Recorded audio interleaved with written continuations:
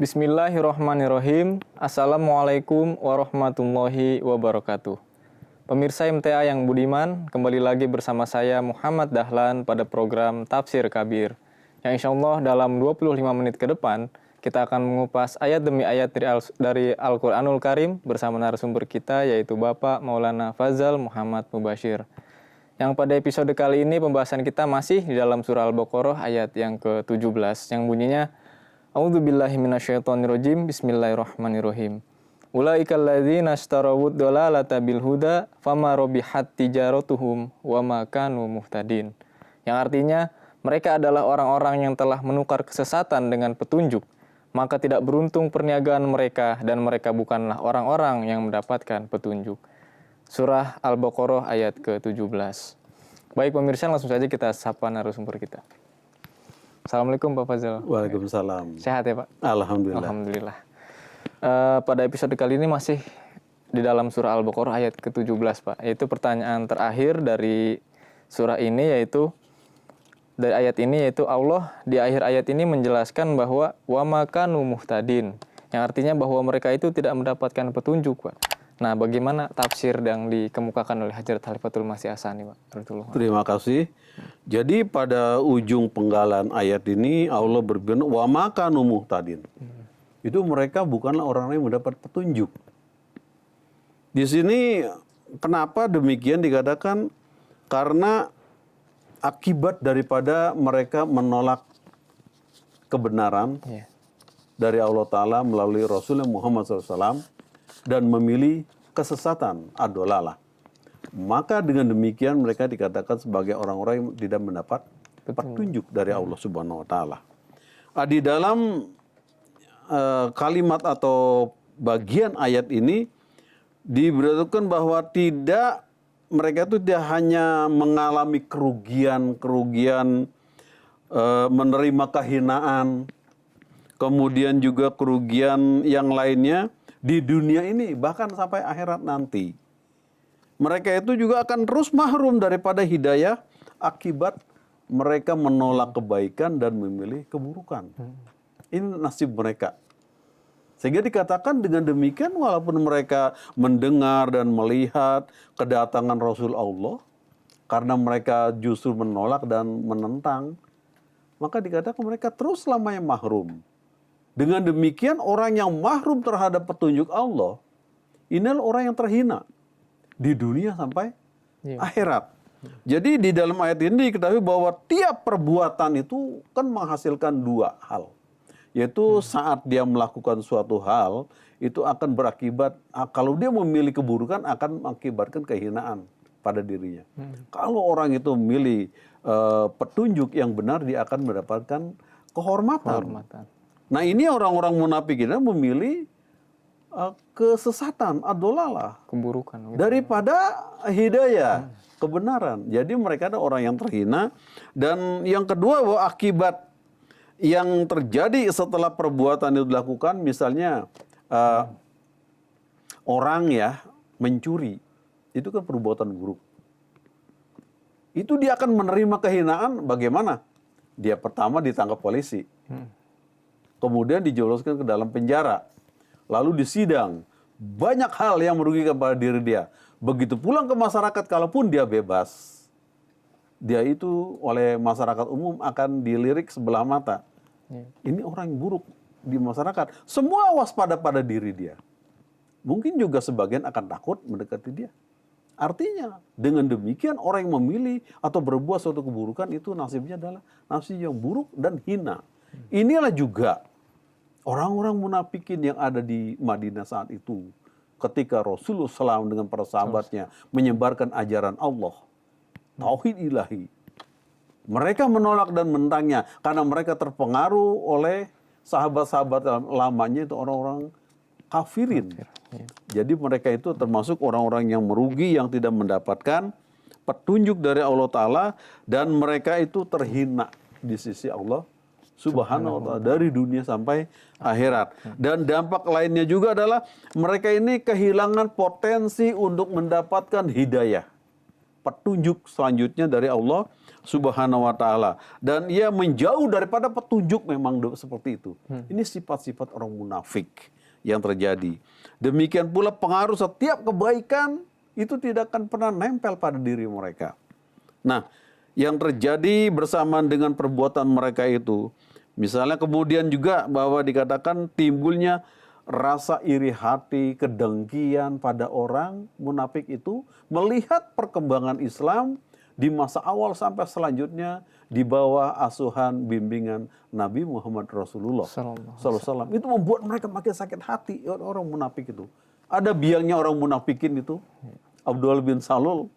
Itu kan dia awalnya merasa bahwa kami akan unggul, menang melawan Muhammad. Dia sebagai pendatang pelarian, dia bilang, dari Mekah datang ke Madinah. Dia akan kalah nanti.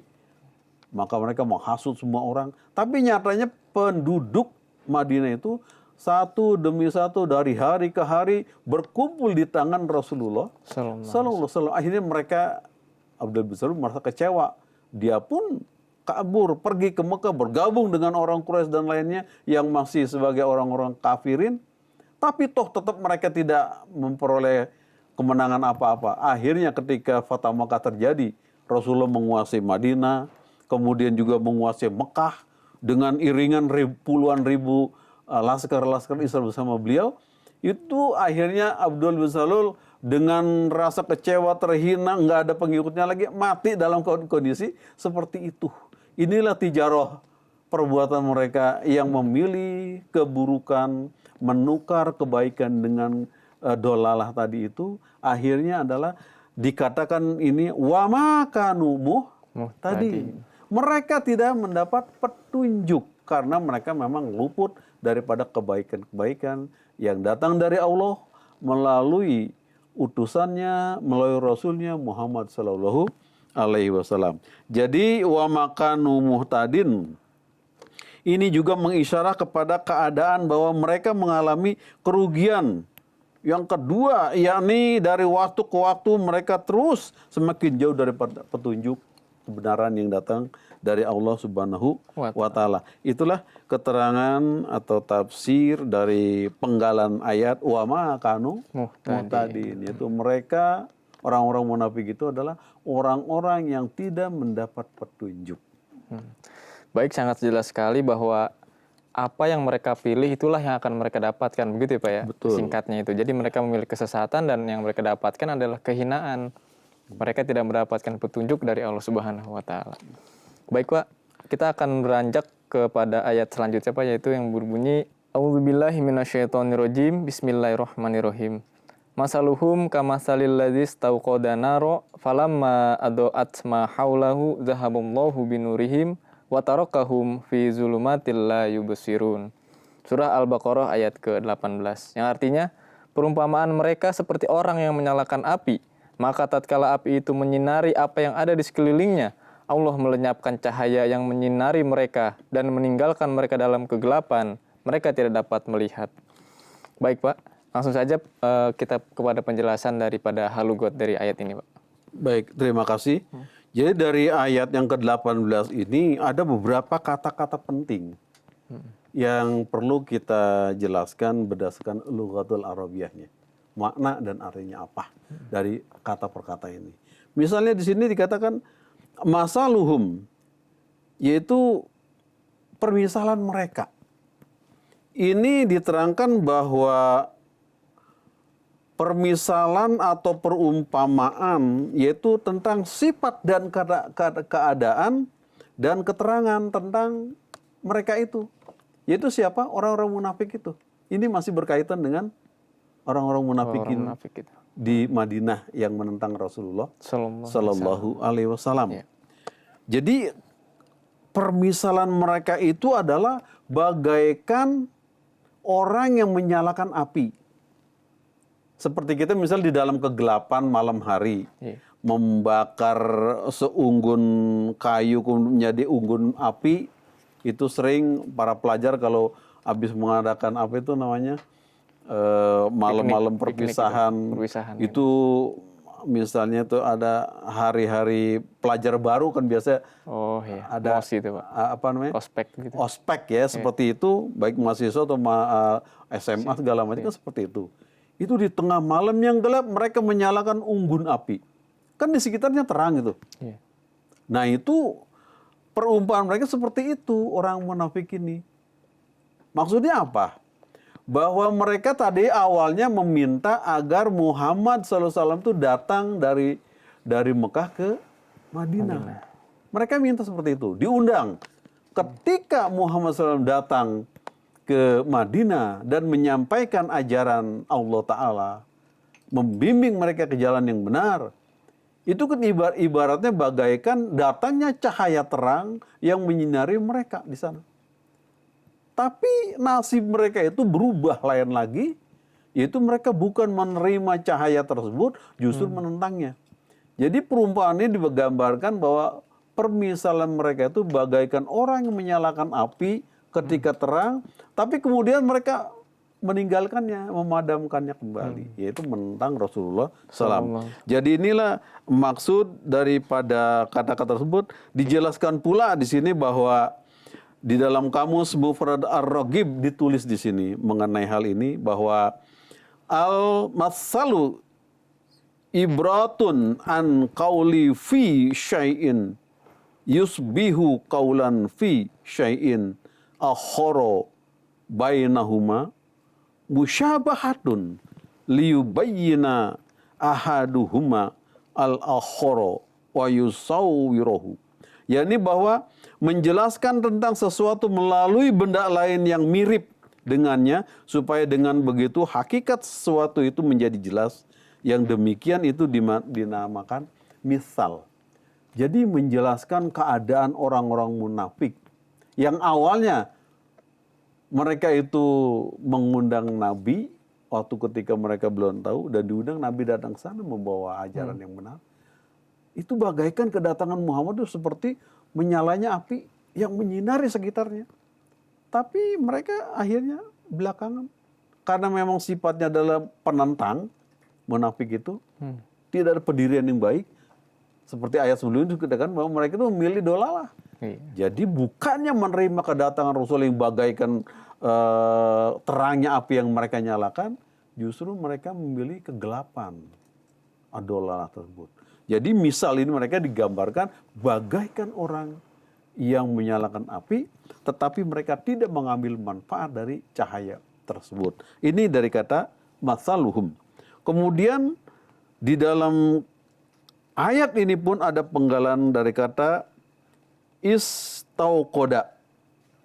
Artinya adalah bahwa istauqoda ini mereka itu menyalakan api tadi yang sudah disebutkan.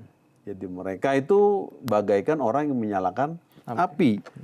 Tetapi adoat itu mereka tidak mengambil manfaat dari terangnya cahaya tersebut. Jadi mereka ini api yang telah menyala mereka tinggalkan. Maka mereka itu menjadi orang yang memilih kegelapan.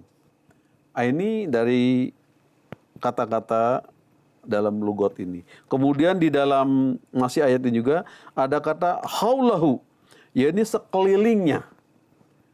Jadi ketika api sudah menyala, sudah menerangi sekelilingnya, mereka tidak mengambil manfaat, malah meninggalkan. Inilah orang munafik. Jadi sungguh mereka rugi sekali dari luput terhadap kedatangan cahaya yang terang, yaitu kehadiran Rasulullah Sallallahu Alaihi Wasallam. Lalu dikatakan dahababi, yakni bahwa mereka meninggalkannya, menjauhinya. Menjauhi apa? Cahaya yang terang tadi itu, yaitu meninggalkan dan melawan kedatangan Rasulullah Sallallahu Alaihi Wasallam. Bukan memilih hidayah, justru memilih ad-dolalah, kesesatan. Kemudian dikatakan az-zulumat. Artinya bahwa mereka tuh dalam kondisi gelap. Ya kalau orang berada dalam kegelapan tentu kan meraba-raba, tidak tahu jalan kemana. Apa di depannya ada sungai atau ada batu yang besar. yang tentunya adalah berbahaya bagi mereka. Ini kondisi orang munafik. Nah, ini dari segi logot ini diterangkan seperti itu, bahwa keadaan orang-orang munafik ini yang memilih dolalah ketimbang daripada hidayah, nasibnya adalah gelap.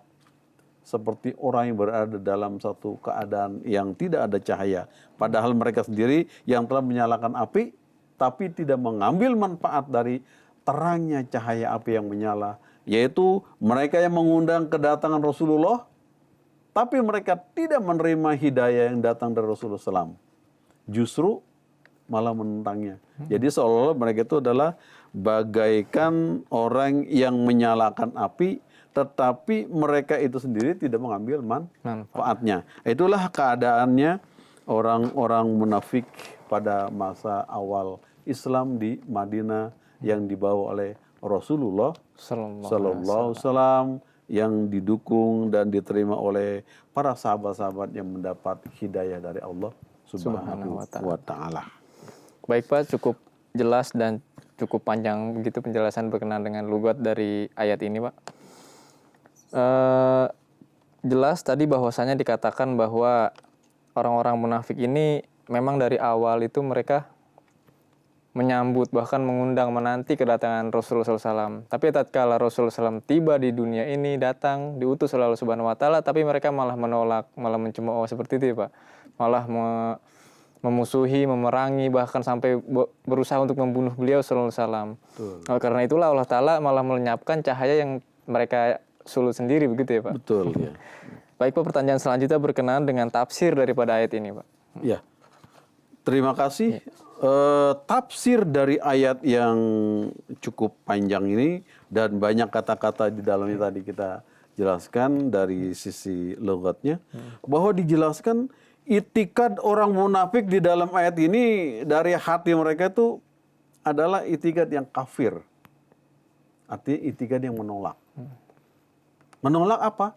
Kedatangan Nabi Muhammad Sallallahu Alaihi Wasallam. Mereka itu tidak mau merubah. Mereka tidak mau melaksanakan kehendak Allah. Mereka ingin tetap pada apa yang mereka miliki, yaitu mereka sebagai orang-orang penyembah berhala. Mereka sebagai pengikut orang-orang Kristen, dan mereka tetap sebagai orang musyrik. Itu yang ada pada diri mereka. Khususnya di sini adalah orang-orang munafik tadi. Jadi di dalam ayat ini dijelaskan bahwa secara zahirnya mereka itu bercampur dengan adanya Rasul datang sana. Kenapa? Karena mereka dari hari ke hari jumlah orang munafik dan orang kafir sana itu makin sedikit. Sebagian besar semua ikut kepada agama yang dibawa oleh Muhammad Sallallahu Alaihi Wasallam, yaitu agama Islam.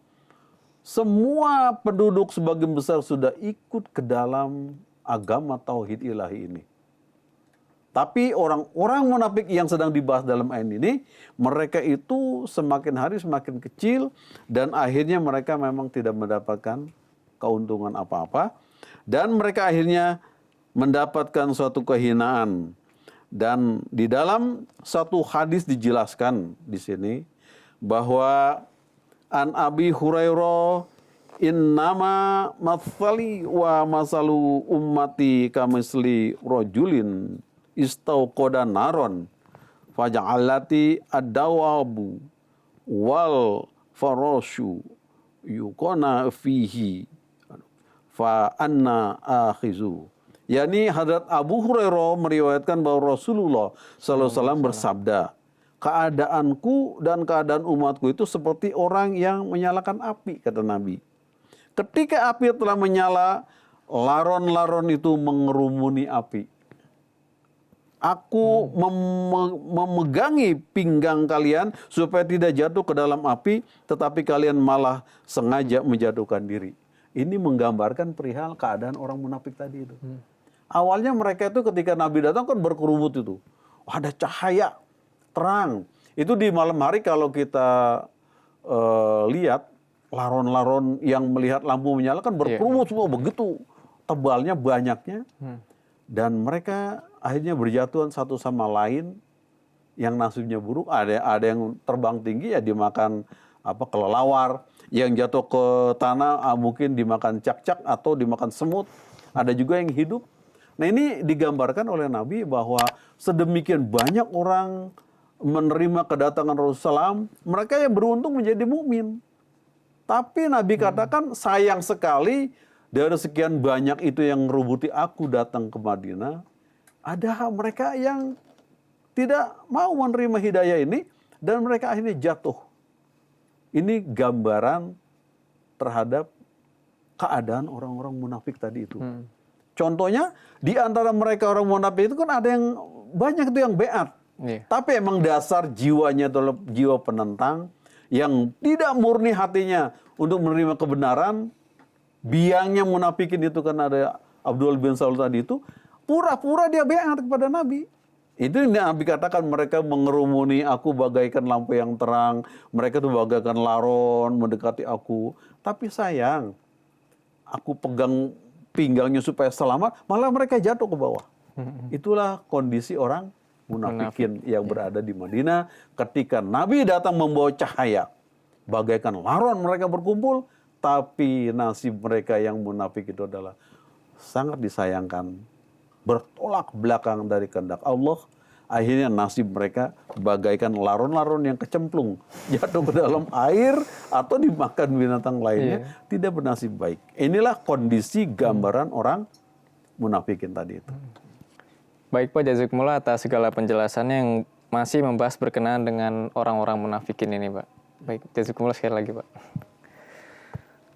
Baik pemirsa, alhamdulillah kita telah mendengarkan dan menyimak penjelasan demi penjelasan dari narasumber kita berkenaan dengan orang-orang munafik. Mudah-mudahan kita semua terhindar daripada keburukan-keburukan yang tadi telah dijelaskan oleh narasumber kita. Saya Muhammad Dahlan dan segenap kru MTA yang bertugas mohon undur diri. Assalamualaikum warahmatullahi wabarakatuh.